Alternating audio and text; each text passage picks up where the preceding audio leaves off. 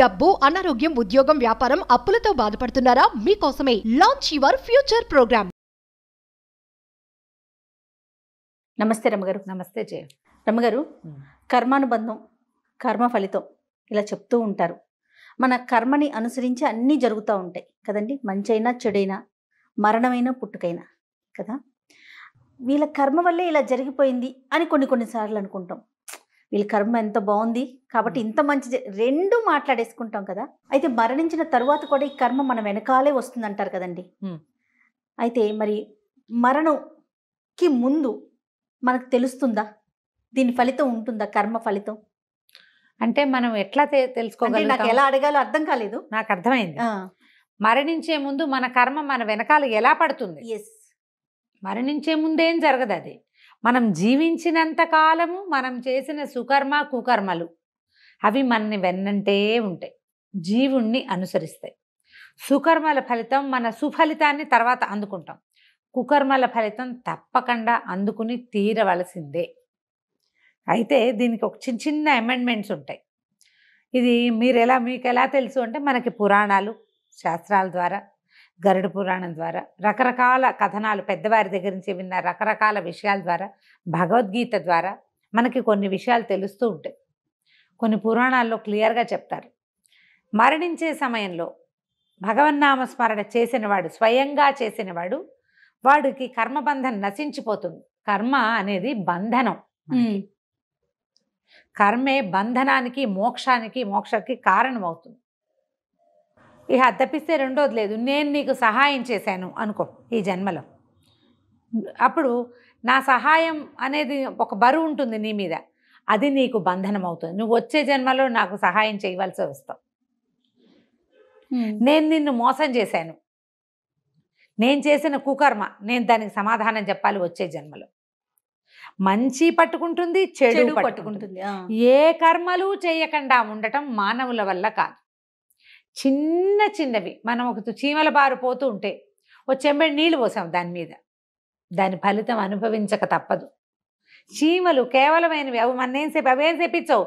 నువ్వు చేసిన క్రియ ఉంది చూసావా, కొన్ని వందల జీవాల తాలూకు జీవనాన్ని పాడు చేసావు, అది నిన్ను ఇబ్బంది పెడుతుంది. చీమలు పోతున్నాయి, మేము ఇంట్లో అయితే డబ్బాలు దులుపుతాం, ఓ చిటికెడు పంచదార ఎత్తి అక్కడేసాం, అది నిన్ను కాపాడుతుంది కొన్ని చోట్ల. ఆ చీమే వచ్చి నిన్ను కుట్టదు. అలాంటిది ఏదో ఇంకొకటి జరుగుతుంది. వ్యక్తులు, నేను నిన్ను మోసం చేస్తే నువ్వు వచ్చే జన్మలో నన్ను మోసం చేసేందుకు ఏదో ఒక రకం రూపంలో వస్తావు. ఒక్కోసారి నా కొడుకుగా కూడా రావచ్చు.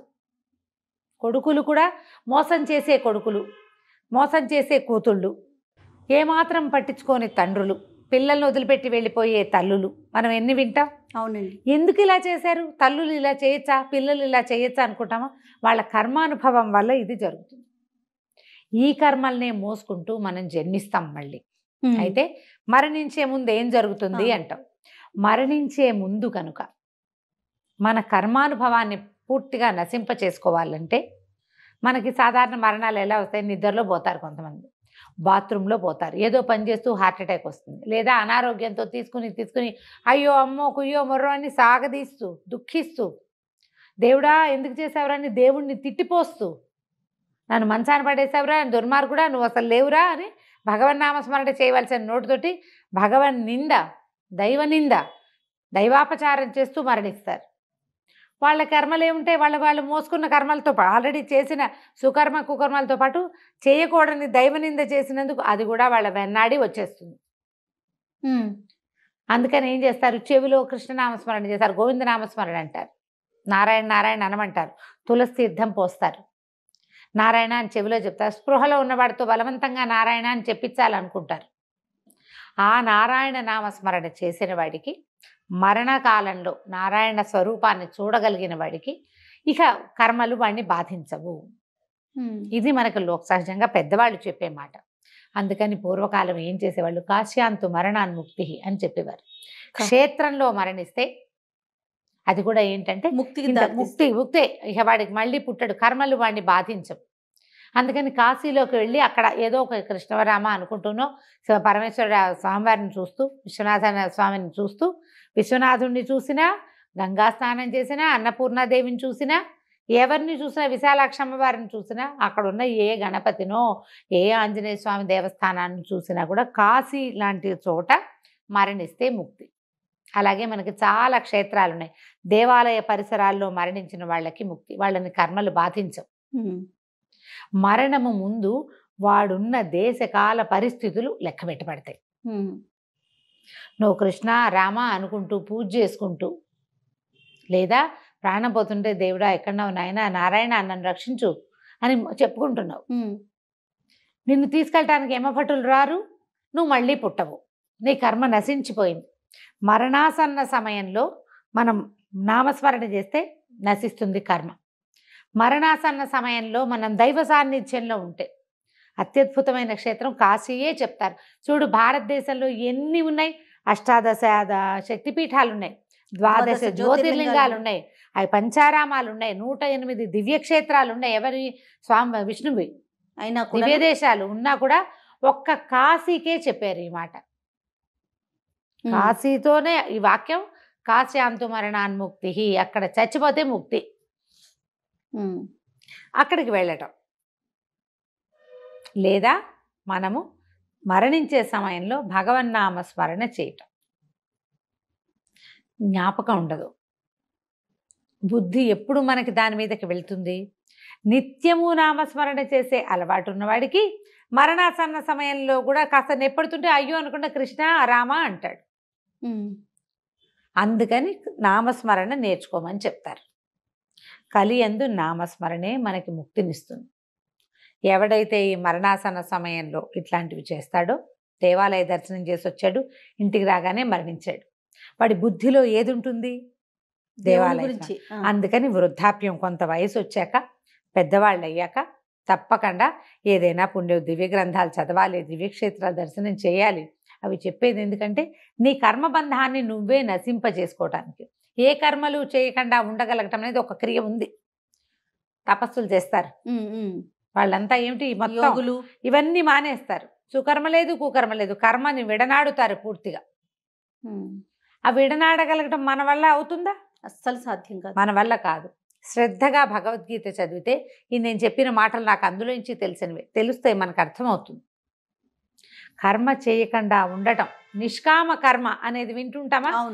ఏ కోరిక లేకుండా భగవంతుడికి నమస్కారం చేయటం, ఏ సమాధానాన్ని ఆశించకుండా నమస్కారం చేయటం, ఏ ఫలితాన్ని ఆశించకుండా సహాయం చేయటం. చేశానని అనుకోని కూడా అనుకోకూడదు, వాడు అడిగాడు చేసావు అంతే. ప్రాక్టీస్ చేయాలి, అది తప్పకుండా కష్టం, కానీ అది ప్రాక్టీస్. ఎవరో అమ్మాయి వచ్చింది, ఏదో చదువుకుంటున్నాండి, 100 రూపాయలు సహాయం చేయమంది, నేను ఇలాగే చేస్తాను, నేను క్రైకి చేసా, వాళ్ళకి చేసా, వీళ్ళకి చేసా అనకుండా ఇచ్చేయి. నేను ఒక అమ్మాయి ఇస్తే 100 రూపాయలు ఇచ్చాను తెలుసా అని ఫ్రెండ్స్కి చెప్పకు. నేను చేశాను, నాకు అందుకే 100 తగ్గింది అని అనుకోకు. నీ వల్ల అవుతుంది. ఇందులోంచి బయటపడగలమా మనం? ఈ పీకులాటలోంచి బయటపడలేం. ఎప్పుడైతే అది తగ్గుతుందో అప్పుడు మన కర్మలు నశిస్తాయి. అది చేత కావాలి. ఆ నిష్కామ కర్మ అనేది నిష్క్రియ యోగం, అది కూడా ఒకటి ఉంది. ఏవి చేయకుండా ఉండటం, అలా ఉండలేకపోతాం. నిష్కామ కర్మకి ప్రయత్నం చేయగలుగుతాం కొన్ని చోట్లైనా, ఫలితాన్ని ఆశించకుండా. మా పిల్లవాడి పేరు మీద, నా పేరు మీద, ఈ పేరు మీద కాకుండా, ఎవరి పేరు లేదు, అన్నదానానికి 1000 రూపాయలు రాసుకోండి, దేవుడి పేరు రాసుకోండి అని చెప్పగలమా మనం? మన పేరు రాయిస్తాం. మన పెళ్లి రోజునో, మన బర్త్డే రోజునో ఆ అన్నదానానికి అంటే నువ్వు కోరుకున్నావు కాదు, అది కోరిక ఉంది, ఇంకా అయిపోయింది. నిష్కామ కర్మ లేదు అక్కడ, నీ కర్మ నీ వెంటాడుతుంది. అది చెయ్యకుండా ఉండాలి. అది చేయకుండా ఉంటే మరణానికి ముందు భగవంతుడిని వేలు పుచ్చుకుని తీసుకెళ్ళిపోతాడు. నువ్వు మళ్ళీ పుట్టక్కర్లా, ఈ కర్మలు మోయక్కర్లా. వాడి బాకి, వీడి బాకి, వాడెవడికో రుణానుబంధం, నీళ్ల రుణం, భూమి రుణం, ఈ రుణాలు ఏవి నిన్ను బాధించవు. అజామిళుడి కథ ఇదే చెప్తారు. నువ్వు అతను చనిపోయే సమయంలో దుర్మార్గుడైన వాడు, వేదభ్రష్టుడు, వేదబాహ్యుడు అయిపోయాడు. అయినా కూడా ఆ కుమారుడైన నారాయణుడిని పిలవడంతో ఆయన కోసం విష్ణు పార్షదులు వచ్చారని చెప్తారు. అలా జరుగుతుందంటే జరుగుతుందనే చెప్పింది శాస్త్రం, అదే చెప్తోంది. శాస్త్రం చెప్పేది అదే, మనకి పురాణాల్లో చెప్పబడింది. నీకు అంత్యంలో నారాయణ నామస్మరణ చేయాలంటే నువ్వు నిత్యము చేయాలి. ఒక రోజున నువ్వు బుద్ధిమంతుడు అయిపోతావు కాదు. ఎట్లా అవుతావు? మనం బుద్ధి మొదటి నుంచి ఉండాలి. ఇతరులకు అపకారం చేయకూడదు, ఎవరికైనా సహాయం చేయాలి, నాది కాని వస్తువుని తీసుకోకూడదు, తీసుకున్న డబ్బుకి పూర్తి ప్రతిఫలం ఆ పని చేయాలి, ధర్మ మార్గంలోనే ప్రవర్తించాలి. స్వధర్మ నిధనం శ్రేయ అని చెప్పుకోవాలి మనం. వేరే వాళ్ళని ఏమీ అనకూడదు, ఆత్మస్తుతి పరనింద చేయకూడదు. ఇవన్నీ ముందు నుంచి ప్రాక్టీస్ ఉంటే నీకు అప్పుడు సరిగ్గా వస్తుంది కదా. అంతే రమ్మగారు. ఆలోచించి ఇలా ప్లాన్ చేసుకోవాలి. క్షేత్రంలోకి వెళ్ళి చాలామంది ఉన్నారమ్మా అట్లా పెద్దవాళ్ళు, కాశీ వెళ్ళిపోయి ఉంటున్నారు. మన చుట్టుపక్కల ఉన్న వాళ్ళు కూడా చాలామంది అట్లాగే వెళ్ళిపోతున్నారు. ఏది మరణం వచ్చినా కాశీలోనే ముక్తి కోసమే పెద్దలు చెప్పిన మాటని నమ్మి వెళ్తున్నారు. అంటే త్రికరణ శుద్ధిగా నమ్మిన వాళ్ళు వెళ్ళి అక్కడ ఉండిపోయే వాళ్ళు మన వాళ్ళే చాలామంది ఉన్నారు, మనకు తెలిసిన వాళ్ళలోనే. ఇది జరుగుతోంది. ఇట్లా కూడా నారాయణ నామస్మరణ అలవాటు చేసుకుని చదువుకుంటారు రకరకాల పుస్తకాలు.